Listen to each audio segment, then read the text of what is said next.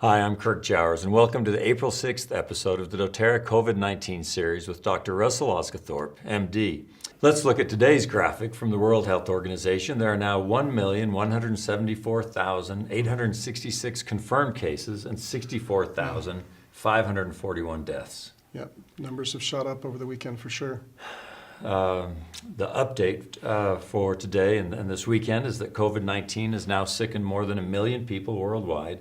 4 billion people, roughly half, a little more than half of the world's population, has been told to stay at home. Mm-hmm. Experts are warning that this week will be the toughest one yet for the United States. Mm-hmm. And as if to hearken that, the U.S. marked its deadliest day yet over the weekend with 1,344 deaths on Saturday. Yeah.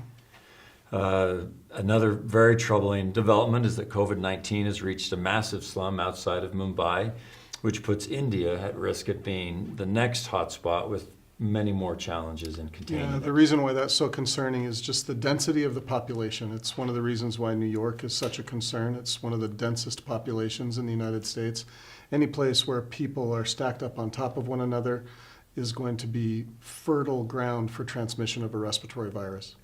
Right, and the WHO is also warning of an uncontrollable spread potential in the Middle East after some really troubling developments there over the last 2 or 3 days. Yeah, absolutely.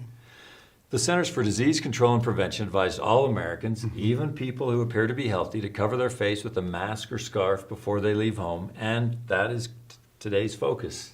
Dr. O is why the change in recommendations with masks? So what we actually asked people to do was to make these homemade masks. And these homemade masks, there's patterns that you can follow on the CDC website where this is a mask that was made following that pattern by folks here at dōTERRA. That's a cloth mask? Okay. It's a cloth mask. And that mask will effectively catch all of those particles. In articles published in JAMA, Lancet, New England Journal of Medicine, published on the CDC's MMWR, we know that the virus can be transmitted asymptomatically.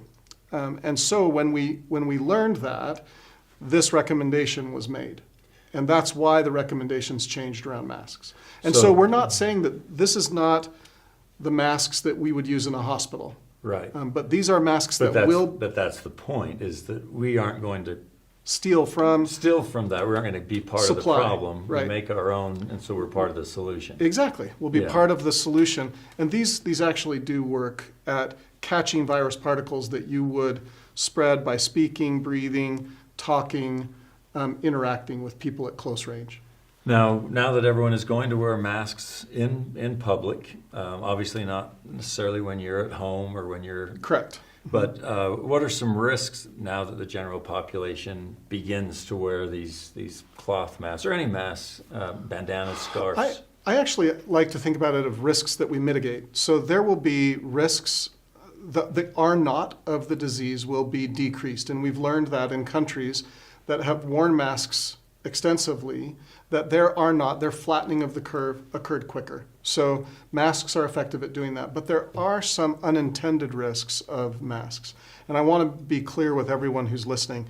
Masks can be helpful if you're asymptomatic and might spread the disease.